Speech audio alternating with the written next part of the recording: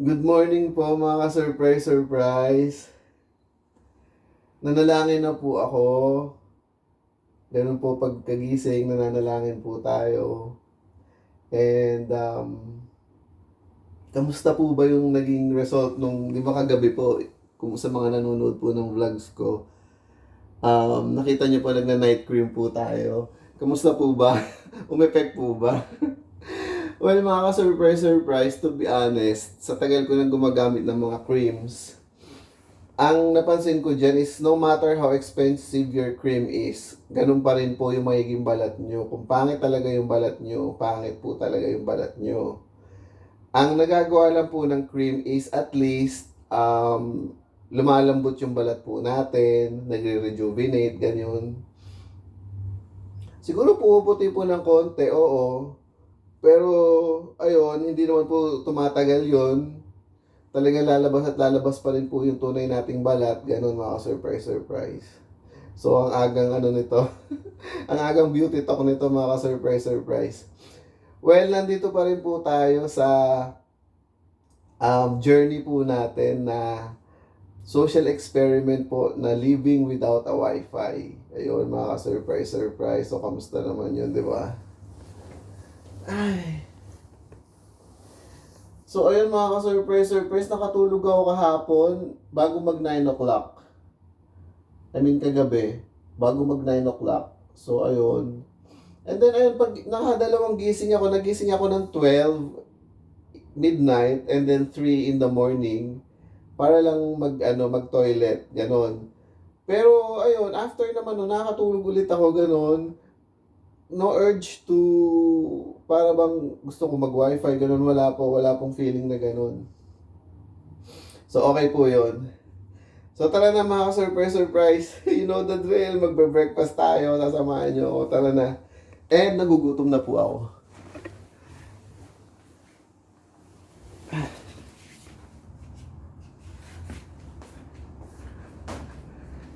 It seems a rainy day today.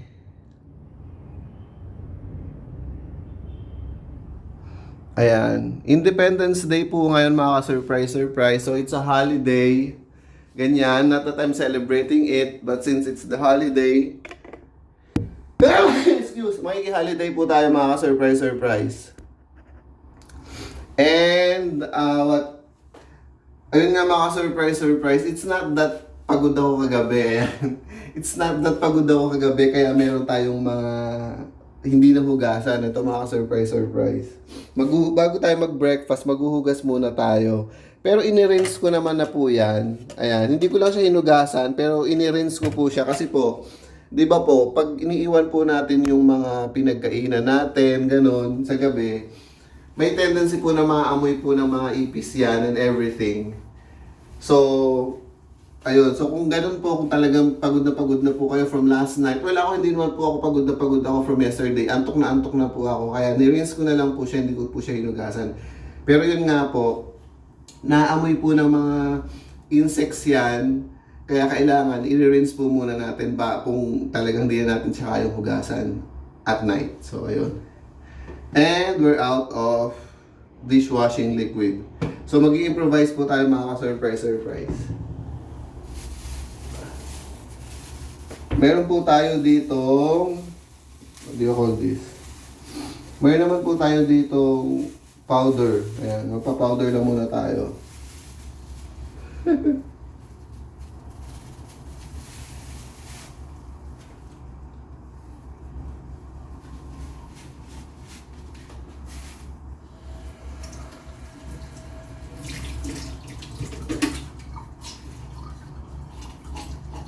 It is not always giggles and sunshine. So, meron din po tayong kailangan gagawin mga household chores, ganon. And I think, para yung mga household chores naman po talaga, kung talagang iaano mo siya, you have the enthusiasm to clean things. Ayun. It will not be a chore. It will be, just any other hobby. Yun. Parang hobby mo maglinis. Parang gano'n. So ayun mga ka-surprise, nakita nyo, naubusan po tayo ng dishwashing liquid. Pero may konti pa po, ayan o. Hindi ko po, nag-improvise po tayo, ginamit po natin is yung, what do you call that? Powder, detergent. Dito po siguro sa mga utensils, okay lang po yun. Ganon. Pero may uhugasan po tayong, let's say yung paglulutuan, hindi po okay yung mga detergent, mga surprise kasi baka lumasas sa pagkain. So ang gagawin natin is, ayun nga, let's say mag-i-improvise tayo. Siguro napaka-mild lang dapat yung ilalagay natin para hindi siya lalasa dun sa pagkain. Ayan. Katulad nitong air fryer, mga ka-surprise. Lilinisin natin siya. Pero, ayun nga, since sa pagkain ito, mga ka-surprise, what do you call this? Ano po? Ito pong natitirang dishwashing liquid yung gagamitin natin kasi po baka lumasas sa pagkain. So, ayun.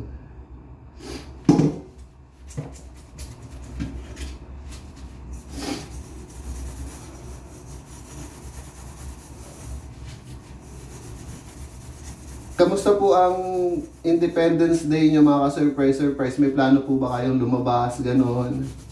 May plano po ba kayong mag-aliw? Ako mga ka-surprise, wala na po akong plano mag-aliw. Maglibang. Wala po akong ganun ngayon. Ano lang po ako ngayon. Sabi nga nila, mas maigi ang isang dakot na pahinga kaysa sa paghahabol sa hangin. So, naisip ko po sana gagawa ako ng, magre-record ako ng hindi naman magre-record, hindi naman for the content lang. Naisip ko sana, parang gusto ko bang what do you call that?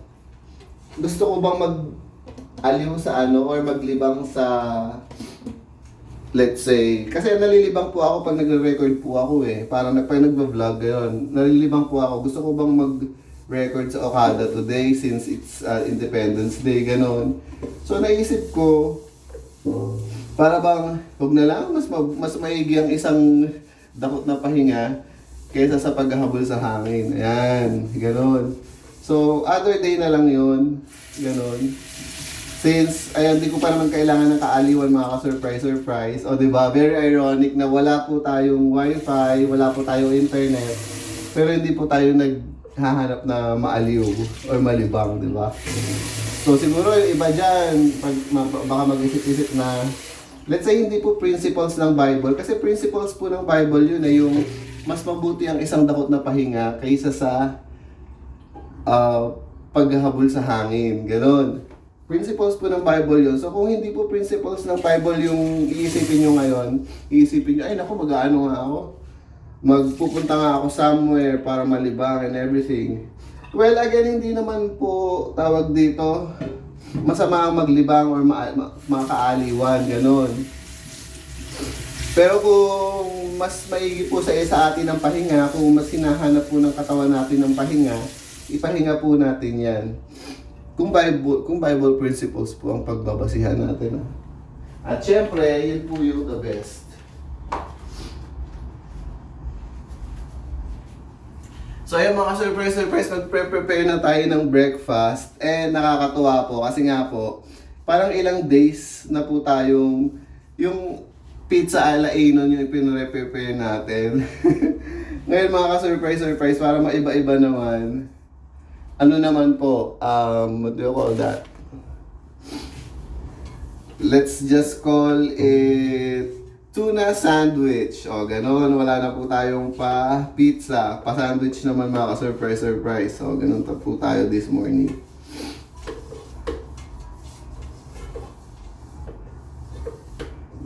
Ayan. Buti talaga ginamit natin dito sa air fryer is itong dishwashing. Kasi, otherwise, nakatakot baka maglasang sabon. Maglalasang sabon yung natin, yung breakfast natin mga surprise. Nag-record pa ba tayo? Ayan. So for today, ayun, ito lang po ang breakfast natin. Again, for the drink, Milo, very staple po. Very Filipino staple. Ayan. And, ayun nga, hindi ko na kayo bibitinin sa ating breakfast mga surprise. Again, ito rin pong, what do you call this? Bread lang po tayo, no? Bread lang po sa breakfast para medyo light lang. Ayan. Ganon. Tawag dito, nakafocus ba? Or maliwanag ba? Ayan, malinaw, malinaw. Ayan, so dito lang tayo mga ka-surprise. And, eto na po yon, the star of the morning. Star of the morning talaga. Ito po yung mga ka-surprise. Century Tuna. Wala nang sasarap pa sa Century Tuna. Yes, may ganun po, di ba? My gosh, mga ka-surprise, mga nagagawa ng walang wifi at internet. Napapakanta mga ka-surprise. Ayan, napapafocus po tayo sa ginagawa natin. Mas na-enjoy po natin yung ginagawa natin. Kasi, nakafocus tayo dito sa ginagawa natin. Hindi po tayo nakafocus. Ay naku, mag-i-internet ako mamaya, mag-YouTube ako mamaya, mag-Netflix ako mamaya. Wala pong ganun mga ka-surprise. Nakafocus po tayo. Ayan. So, dito po sa natin mga ka-surprise, sa, what do you call this?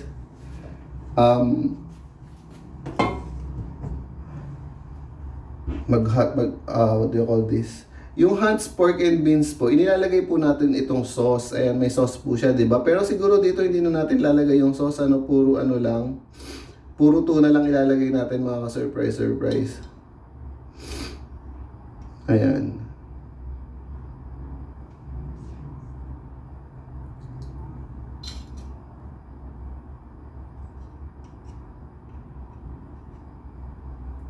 Nakikita nyo ba mga ka-surprise? Ano naman nakikita? Ayan po.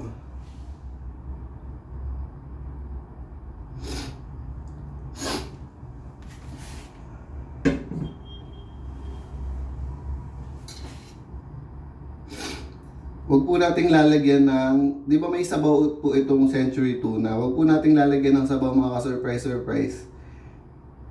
Kasi parang hindi po siya okay sa sa bread. For me actually first time ko palang gagawin ito mga surprise. I'm not pretending to be anything, to be like a pro or anything. Ayun. So, ganun lang po muna. Pa-sweet lang po muna yung tuna natin. So, ganito po yung mga surprise. Ayan. So, ganun po siya kapasweet mga surprise.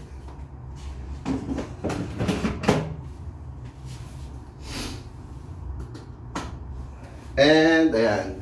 Yan po natin. So, pag sa ganun po, let's say sandwich lang naman, ganun. Siguro 160 of heat would be okay and maybe 5 minutes. Ayan mga ka-surprise. And syempre gagawa tayo ng hot water for our Milo. Ayan.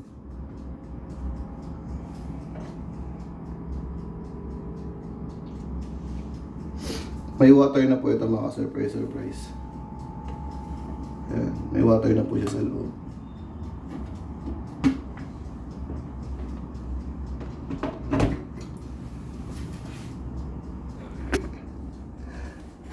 Ayan po. We'll switch this on. There.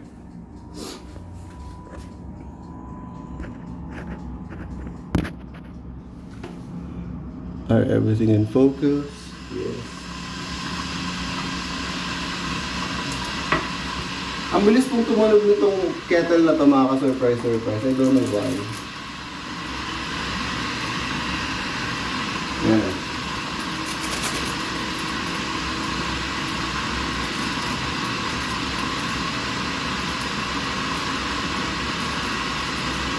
Today's it.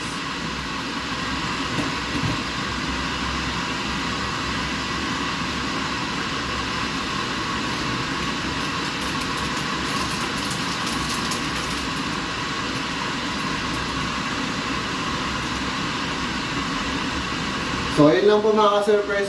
We are waiting for the hot water. Ayan. So, ngayon hinihintay lang po natin itong hot water.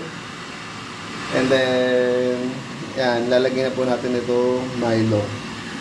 So, yun po mga ka-surprise, nakakatuwa po. Ano pa ba? Nakakailang minutes pa lang ba tayo? Oh my gosh, 15 minutes na pala. Mga ka-surprise, puputulin ko na po yung video.